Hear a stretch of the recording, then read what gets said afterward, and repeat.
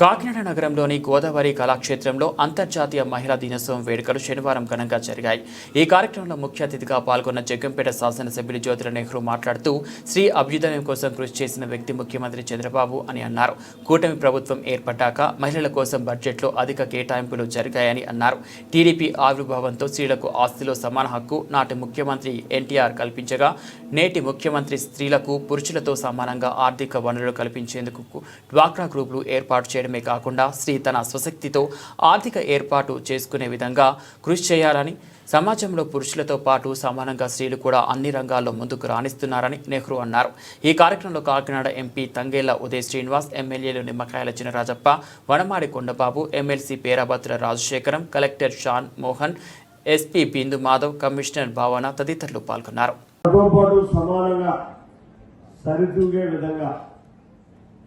సమాన పాత్రను వహించగలిగినప్పుడే ఈ సమాజం అభివృద్ధి చెందుతుంది అని చెప్పేసి ఆలోచన చేశారు.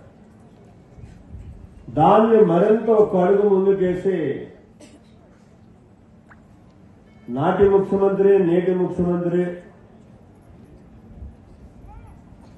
సమాజంలో ప్రతి స్త్రీకి కూడా ఆర్థిక స్వలంబన కల్పించాలి అని చెప్పి మీ అందరికీ ప్రముఖమైనటువంటి పాత్ర ఇచ్చారు ఈనాటి ముఖ్యమంత్రి మన ప్రియతమ నాయకుడు చంద్రబాబు నాయుడు గారు. ఆ పాత్ర ద్వారానే మీరంతా ప్రముఖమైనటువంటి ఇటు ఆర్థిక పరిపుష్టి కలగడమే కాకుండా సామాజికంగా ఒక ధైర్యంతో ఏ కార్యక్రమంలో అయినా సరే ముందుకు వచ్చి పాల్గొన్నటువంటి పరిస్థితి. ఆ రకంగా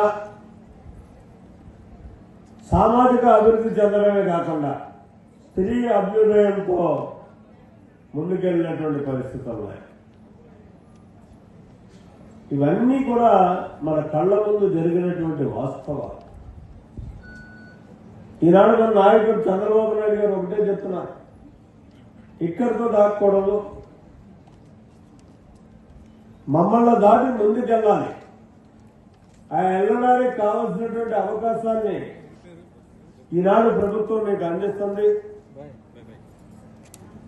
దాన్ని ఆసరాగా తీసుకుని మరింత ముందుకెళ్ళి మీరు అభివృద్ధి చెందాలి అని చెప్పి ఇవాళ ఆయన చెప్తున్నటువంటి పరిస్థితి. మరి ఆ రకంగా మీరంతా ముందుకు రావాలని, దినాభివృద్ధి చెందాలని, మహిళా లోకంతో వాళ్ళ ప్రస్తుతం అన్ని రకాలుగానే ఇబ్బందుల్లో ఉన్నటువంటి మన రాష్ట్రం ప్రత్యేకంగా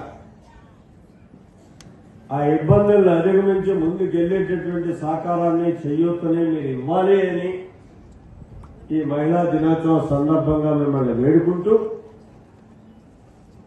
మీకు అన్ని రకాలుగా సహకరించడానికి ఈ రాష్ట్ర ప్రభుత్వం ఎప్పుడూ ముందుంటుందని తెలియజేసుకుంటూ మరి మీ అందరి దగ్గర సెలవు తీసుకుంటున్నా. జై హింద్.